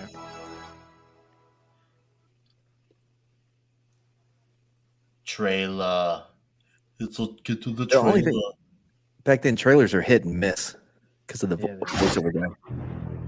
Whoa. yeah, I've definitely seen this. Do we have to pause with the trailers too, or do we get to watch them? No, who the hell is sure. going to claim They this will hit you on trailers depending on They will hit you. Yeah. for Okay. a 1993 TriStar movie? We got hit with Yeah, Over the dude. Top from '87. We got Oh, hit by the I 30-something Godzilla the other day. Every Yeah, I got single one hit that I've with a been on so far has been 1933 movie the other day, okay, on our Oh. channel. So Well, you yeah. deserved it for trying to watch something that old. Oh, Samuel Jackson on the toilet. Go ahead, pause it. Oh man! Oh, look at his face right there. Oh, Man, that my hair is God. beautiful. Yeah, It's not Mel Gibson level. National Lampoons. it's not. You're right. It's not Mel Gibson Loaded Weapon one. From out of the night. Go ahead, pause it. Oh my God! How have I not seen this movie? I didn't even know this existed. Yeah, How did I not? Yeah, and I just thought of it too. Like, just out of the blue, I'm like, oh wait, Loaded Weapon. We need to mention that. Wow, this is crazy. Like, I mean, it makes sense, of course. Was Yeah. this a one and done, or were there sequels to Loaded? I think it may have been a one and done. I don't remember. I think there was. they made it they were trying to do a second one. I don't remember if they ever did. Oh, him and that dog. That's right. Oh my God! You got Irv. Dandruff, seborrhea, maybe just dry, itchy scale. Have you tried this? I use it. Head and Shoulders? Oh, look, once again, there's the advertisement. Head and Shoulders advertisement. Yeah, but that one was obvious enough to be funny. Funny. Yeah, he's like walking around with a bottle of Head and Shoulders in his pants. I'm a cop, and I walk around with that bottle of shampoo while I'm on patrol. Enough bullets. Oh! Punk. Yeah! 3 times or 174? To get the Did he fire 173 times or 174? The one bit that always stuck with me from this movie is like when he's hooking up with the girl or whatever, and they're like, "Well, I got shot here," and then they keep going over the scars, and it just keeps getting more and more fucking insane. The scars that they're showing off. I think one of them took off their leg. I was like, yeah. Yeah, I think it's a combination of 1 and 2. I'm not. Yeah. Hey, Scotty! Can you get I this love machine to him. work? I'm giving it all shit, spot, Captain. I'm giving it on shit. Hey, Nerdporeal life form. Hey, oh, Nerdporeal. Fantastic. He's almost at 1,000 subs. Is Kathy Oh Ireland? man, that's awesome. Good for him. Okay. If I push it any harder, the whole thing will blow. New Line Cinema presents the cop movie to end all cop movies. Emilio Estevez. Oh, he's so good. Right? I love the airhead joke.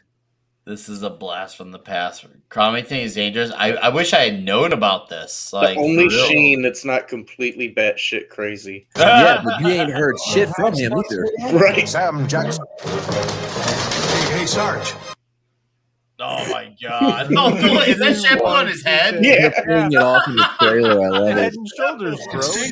That means it's working. It's tingling. That means it's working. Ireland. Do you sleep in the nude? Only when I'm naked. Only when I'm naked. Gratuitous beaver shot. Oh my God!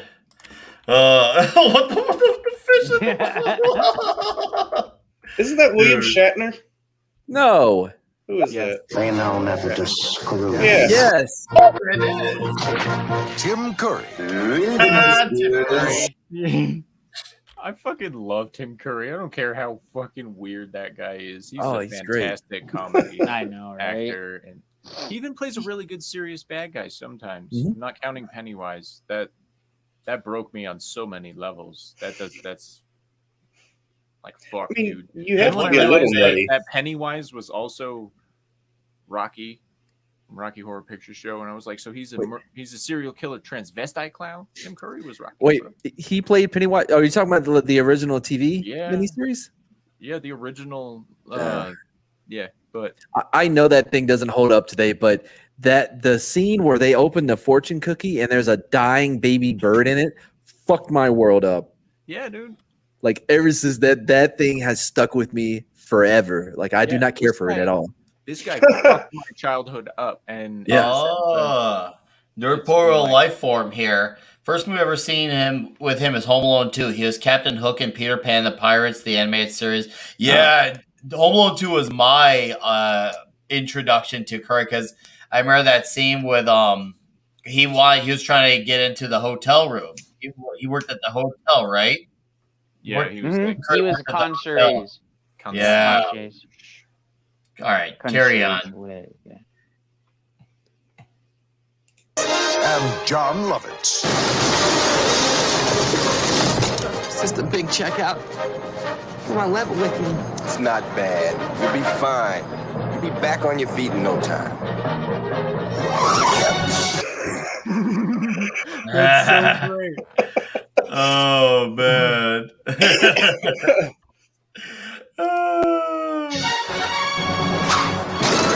National Lampoon's Loaded Weapon 1. So, this is Mr. Screw with your brain, eat your spleen, wear your flesh as a hairnet leecher, huh?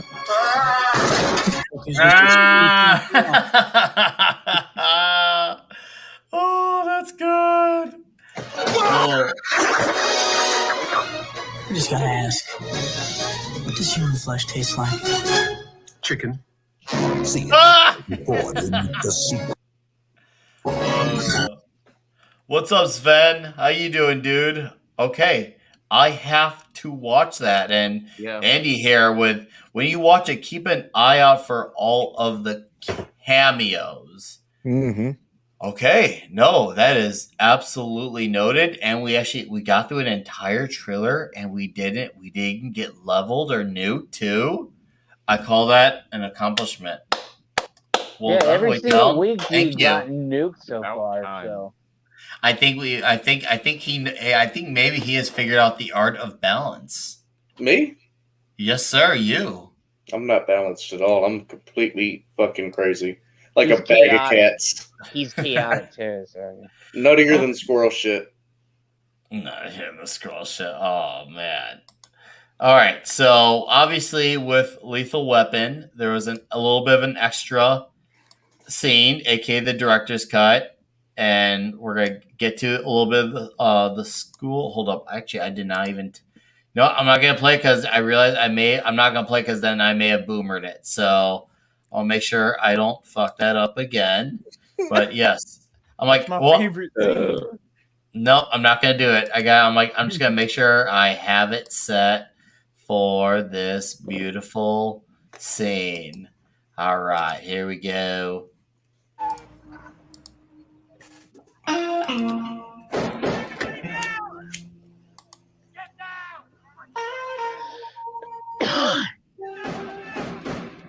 Who's here? Oh man, yeah, I can. Well, right off the bat, I see this scene, and I'm like, yeah. Can you imagine you trying to pitch this as an idea in Hollywood? Well, as long as the shooter's white, and male. Yeah. Yeah. No. And wearing a MAGA hat. That would help.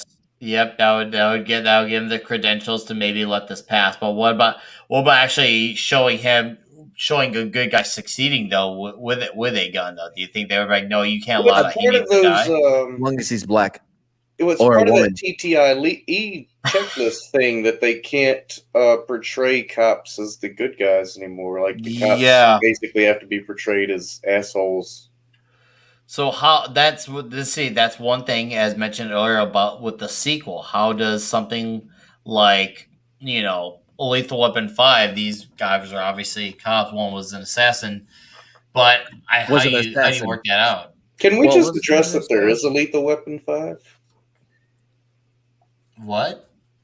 Did nobody else watch It's Always Sunny in Philadelphia? Oh Jesus! Anyways.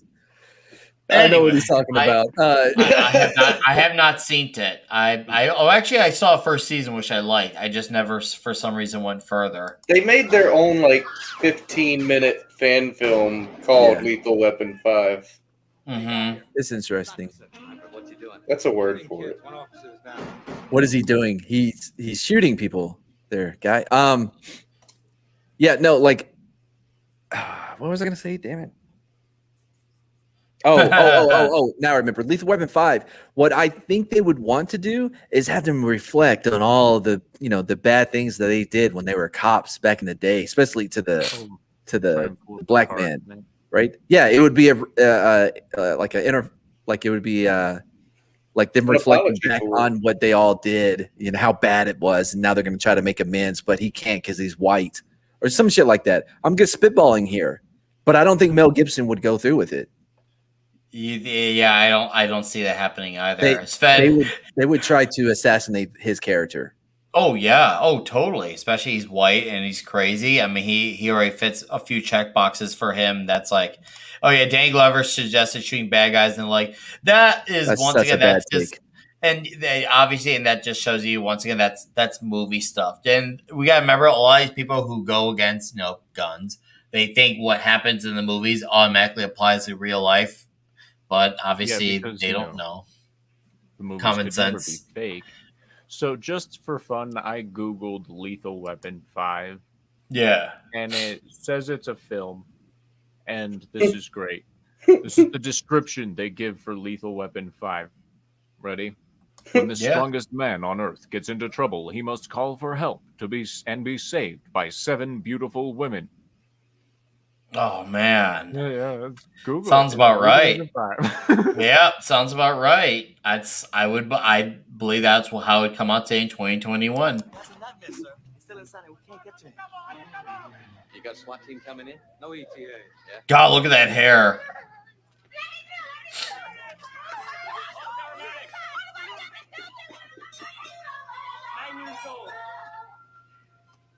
Nine years old. Man. Well, Riggs isn't going to stand for that shit. No, he's but Riggs, he's definitely man. going to have a cigarette first. Oh God, when he gave the cigarette to the guy on the roof, like, here, have a cigarette. Oh man. Oh, Riggs. You crazy Mel Gibson, man. I would watch that. What would you watch? Darius's suggestion. Never drop. Oh, I want to see Lethal Weapon so Mad Mardigan is ready to Culture Casino. if Culture Casino agrees to do blackface for a whole movie, I'm in. I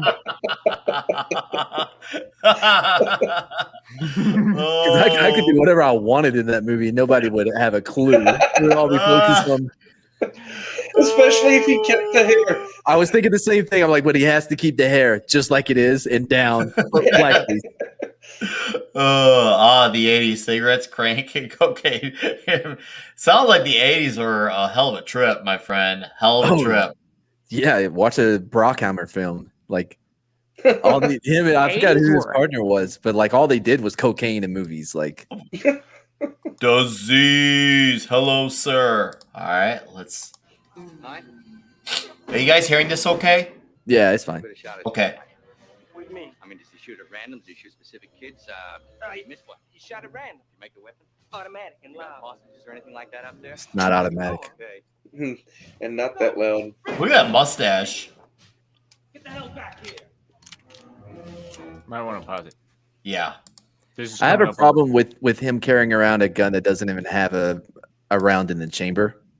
I still got to say, just want to carry conversation a little bit more before I play more. Not have a gun Especially be also the focus on the I don't want to have a gun be the focus of the screen. They'll probably they would nuke us for that part, not even the playing the video justify. Oh, there's a gun, guys standing with a gun.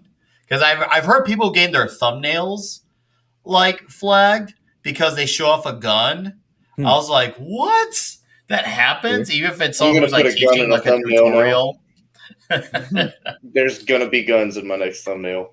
The wake down, testing the waters. But like I do find it odd that he's carrying around a weapon that doesn't have a round in the chamber or anything. Like, why do you have that? Especially if he's supposed to be SF trained. Mm-hmm. It could have been like policy for the department. I don't know.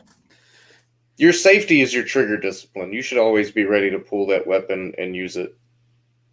No, what? Okay, I'm a normie. I'm just now learning about the coolness of the gun stuff. What is the safety of and the trigger? I'm trying to understand this language here.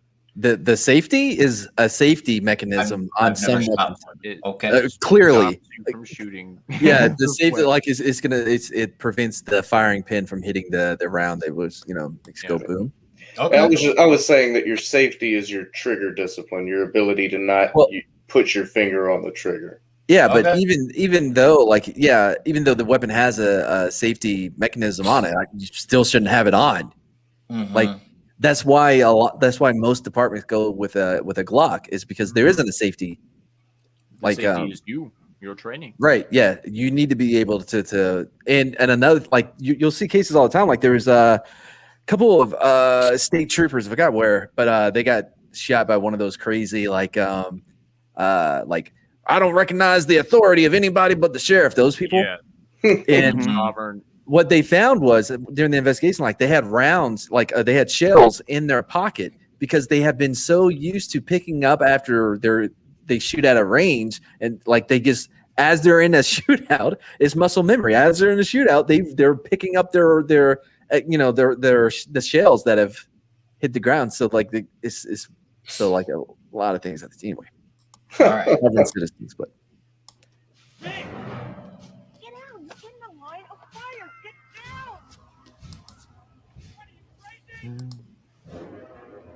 I love this music. Look at that face. I like how he never lit his cigarette. yeah, like I'm wondering about that. Like, Oh my god. Man, Morgan, explain to Nick what it is and how it is used. I'm learning all this stuff, so this is all new territory for me. He might get some hands-on experience, Right? in Vegas, so we can train him proper. That's the goal. Is when we're in Vegas, I have my first ever shooting range experience. So it's gonna be glorious. Let's get it's not red shirt. It's not an additional step. Like with the, I believe he's using a Beretta. Like with the Beretta here, you have to move the safety to fire before you can shoot. Like with the Glock is the firing mechanism I've seen. The trigger is like a little thing that sticks out. Like you're gonna be pressing that down anyways because you're about to shoot. So like the safety is a little button-like lever on the trigger, so I've yet to pull the trigger for a round. But I think Mad Mardigan would be right in this respect in the sense that that's not an actual extra step between you and firing the weapon. It's just you have to touch the trigger slightly differently when you pull it. Yeah. Okay. Cool. No, hey, that's good. I want to know these things. I've been wanting to get on this for over a year now, so now it's finally happening. Hello, Mr. Sniper, sir. Mr. Sniper, sir. Don't get me. Watch this. Worst sniper ever. I don't think we should call him a sniper. That's just a guy that's found a rifle. Right. For the first time ever. Yes, Basco Scenario, Lethal Weapon, awesome indeed. Please catch the replay. This has been a fun stream. Please do, my friend. Mr. Sniper, sir. Okay. This already, I would have loved to have seen this in the director's cut, just off of that alone. And obviously, you guys saying that Sniper is a bad shot. I'm no expert, obviously, in gun, but I feel like if he's a sniper, you should have an idea of a good target. That guy is D-Bud here. Worst sniper ever. It does not. It would not take a sniper to shoot him at this distance. No. Okay. No, that guy's cracked out crazy, dude. Yeah. He has like how he's shot anyone at this point. He might not even know there's anybody outside that window. Well, I think he does because he gets ducked. Oh. I'm still here, asshole. What do you only do, kid? Shut up! Just empties it. Oh, okay. Empties it. Dude, that rifle is the M14, right? I may be wrong. Can you back it up a frame? Let me give that. I'm pretty sure it's a variation of like the 14. A little bit more, right there. I'm pretty certain. But yeah, so like that gun, if it's the one I think it is, it's fucking super accurate. Like, Yeah. this is ridiculous. Those are used by military snipers. Is that what that is right there? Is that a Yeah. better shot? Okay. Yeah. All I don't know the specific. Why does it look bad, man? But I don't know the specific model because like there's different variations of it. But yeah, it's an M14, and yeah. What's up, Soul Assassin? Yes, this is true. We did learn a lot about the era, but we've been good since. All right, let's carry on. Sorry, go on.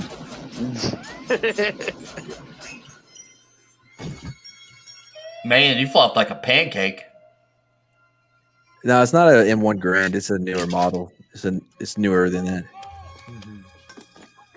Yeah, the Grands are larger than that. Yeah. Look at that face. Look I at that face. I bet it is a 14 because that was very, very popular in Vietnam that they used. So it would make sense that in this time frame.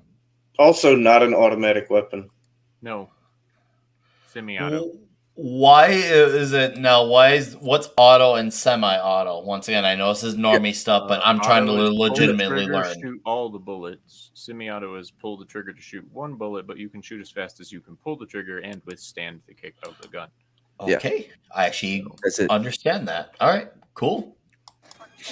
And for the record, if you ever are in a situation where you need to defend yourself with a weapon that has the ability to do full auto, don't use it. No, it's pointless. Yeah, no, like it's ridiculous. Useless.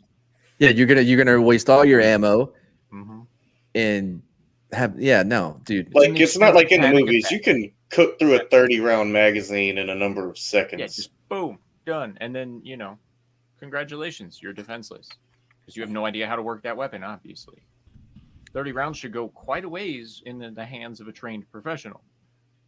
That guy.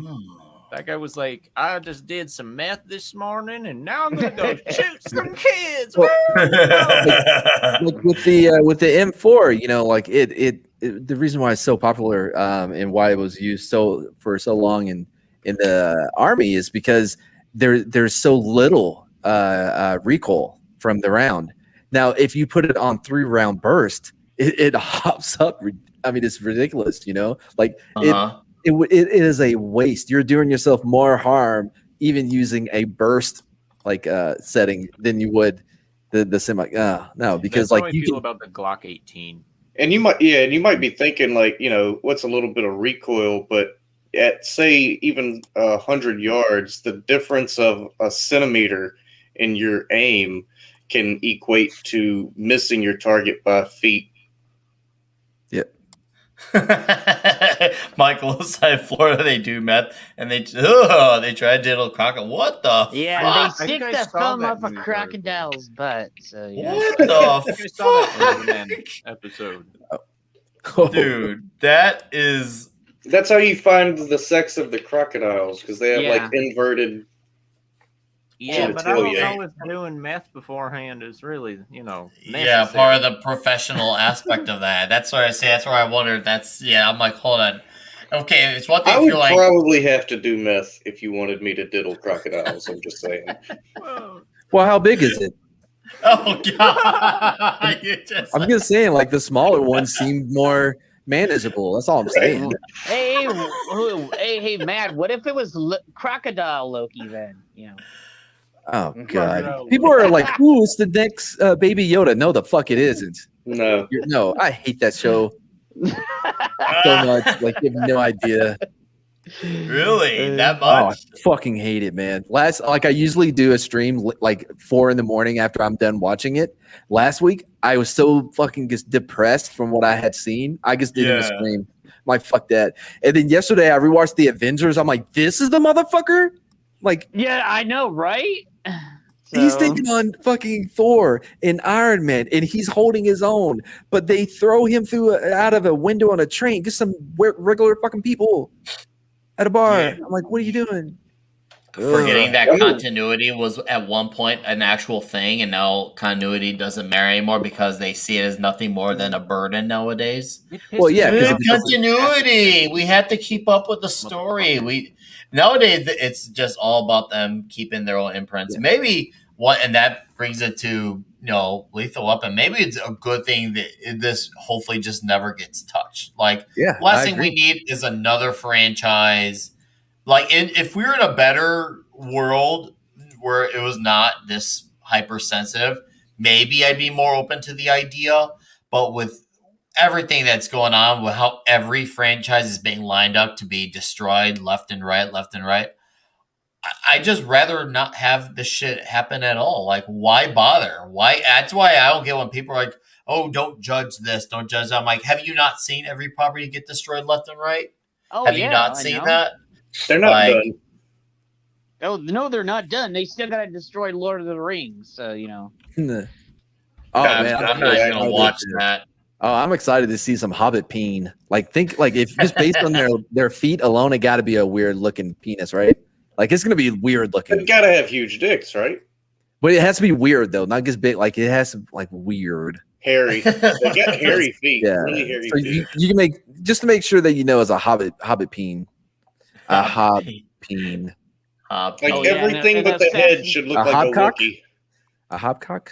Hot Hobcock. Cock it? No. Oh my god. There's a lot there. Yeah, no, that's don't give them any. They might do a prequel de-aging tech. Oh god, dude. Even if they de-age the characters, how are you gonna make Danny Glover be believable? The guy is in grandpa mode. You mean like, Harrison Ford? Well, no, for what's is that the movie with De Niro and Pacino and Oh, the Martin Scorsese movie, The Irishman. Yeah, Irishman. Thank you. I'll give them credit that they did good with the de-aging technology in those scenes, but you could tell their age was showing by the way they were moving so bad. They just made him like a broken old 32-year-old in the movie. Like, you're like, wait, this guy is how old? And he's like, give me a honey. It's not the years. Maybe not that. Maybe not that bad. But yeah, sure. His face looked young, but everything else about him said 80. And then some, for real. All right, guys. Well, this is gonna be the part where we're gonna get on plug-in channels and we'll do the reveal of the next movie. But first, I'd like to thank this excellent chat. You guys have been awesome, and you've talked a lot about wings and rangs and a lot of quotes from this excellent flick. You've been awesome, and I appreciate the tips as well. We're going to start off with the wake down. Plug away, sir. Oh, I was dropping links in your chat. Dropping the links now. Yeah, I'm the wake down. Obviously, it says so right here. I don't know. Everything's backwards. Anyways, yeah, check out my channel. I do all kinds of funny videos and reviews and live streams and game streams. And I do all kinds of shit. You might find something you like. I think you'll find much to love. All right. Sir Talks a Lot. What is near and dear in your future, sir? Well, of course, you can find me on Sir Talks a Lot. On YouTube at Sir Talks a Lot. Wow. But in the near future, I'm going to start doing my own narrated news thing, entertainment related, of course. I am, of course, helping Comics Division out, reading articles for him, doing all kinds of stuff. We got Vegas coming up. Got fully funded on that last night. So, woo! Nice. Going to Vegas, baby. And yeah. I mean, find me on Twitter if you want to see some stupid memes and occasionally see me yell at somebody or get somebody mad at me. I'm getting blocked a lot by these people. It's kind of crazy. Oh yeah. But anyway, yeah. I don't know the good voice guy on Twitter, by the way. It's not Sir Talks a Lot. There's like 70 Sir Talks a Lot. Disease. Are you related to Sir Mansplains a lot? Oh man, that is some shit. All right, Jed, what you got going on the next 2 days? I do not know because I might have to do some other stuff, so I might not be on a GGG on Thursday, but on Friday, hopefully I'll have everything. Yeah. Oh, I haven't had any in touch with contact with my mother in like 20 years or something. See? So I haven't. After she split up with my dad, I told her to go fuck off. So spit out. Ugh. Yeah. But yeah, there may not be a Sunday stream either, so I may just be doing channel stuff on other people's channel stuff this week. Okay. So cool. I have some stuff I got to take care of that I'm not too happy about. So okay. Yeah, they cut me down. So it's okay. Hey, thank you, Jed. Appreciate you being part of the panel. Jokes and all. Eric Monaldo Herrera has said, "Did you know there's a Lethal Weapon Die Hard shared universe theory on the internet Reddit? Check it out right now." Oh man, I will definitely have to check it out. Yeah. Mark D with a C. Please rewatch this. This is definitely a fun one. And of course, to our fantastic guest, this man came out all guns blazing. Mad Mardigan. Oh, yeah. Your channel, sir. Seriously, you absolutely killed on this panel. You're obviously welcome back. If a movie ever interests you, you're obviously welcome back. I told you, Lone Wolf McQuaid is mine. Like, I have to be here for that one. Like, that is one of my all-time favorite movies. I watched it every day as a kid. I probably shouldn't have, but it's great. Tomorrow's a busy day for us. We have Street Smarts at 3 p.m. Central. And then Culture and I have another show on his channel called Culture and Mad live on Wednesday afternoons after Street Smarts. I can't remember the channel. We just did it one time last week, but it's going to be a thing. And then I have the dump that night with some guy named Gary from Nerd Something. Anyway, so I have a new show that I'm working on that I will be doing either on Mondays or on Fridays, Mondays or Thursdays, one of those days. It's called Matsplanation. Yeah. It's going to be a call-in show where people ask for advice or they can email us, and we'll tell them what to do. Excellent. Now, obviously, it's probably going to go about as well as Mailbag does on Street Smarts, where I'm writing the letters myself. So it should be fun. You ever heard Mailbag over there? Sounds delightful. Go ahead. Oh no, we had like Darkwing Duck write in once to complain. Just to give you an idea of what to expect. Oh man, this sounds freaking awesome. I had to check that out. Howard the Duck. Not yet. So it's gonna be like remember Clarissa Explains It All on Nickelodeon? Yes, I remember that. Like I'm Melissa Joan Hart. Yeah, I'm still in the. And I'm gonna dub over with instead of Clarissa, Mad Mardigan. Explain it all. Yeah, it's gonna be great. So Soul Assassin here says we gotta start shipping you and Culture. So I guess we gotta get a Twitter ship going between you two. Well, I mean, it's already done. Like, what are you talking about? You hear that? He says it's already done. Too late. He's already been that deep. So. Oh man. Oh. Hey, no, you made it real. I don't care for that. It was all fun and games until Jed and his fucked up shit came into it. That's what she said. Welcome to YouTube. Oh man. Well, this was a fun one tonight. Nerd Portal Lifeform, good night, sir. This has been great. Lethal Weapon is fun to talk about. Next week, I am going to be not doing Toxic Tuesday. I'll be taking a break for 1 week. I may do maybe one shorter stream, maybe, but it won't be related to this. So it'll be a week off, and then the week after we'll be back in full form. And you probably wonder, how do you get even more toxic? Well, we're going to get headed into the 90s territory in 2 weeks from now. There's this guy named Keanu Reeves. Love him. And he had a need for speed. Breathtaking. So we're going to get really breathtaking in 2 weeks with the need for speed. It's going to be glorious. So speed it is in 2 weeks. Drugs and all. Good old Dennis Hopper. That's interesting. Good movie, dude. So it's interesting to go in Speed and not Point Break. That's Is what it I was because- thinking. I was thinking you were going to do Point Blank. Yeah. So. No, I'm not. There will be a time and place. Trust me. Yeah, once again, I agree. It was directed by a woman. I mean, like we can skip it. Eric K, take care. You take care as well. Andy Masterson, you are excellent, sir. Thank you. D Bud Martin Billy at all. Yeah, Barrett not be doing cleanse. All right, guys. Chat, you've been awesome. This has been a great panel. And now is going to be the part where we cue the music as we go on out.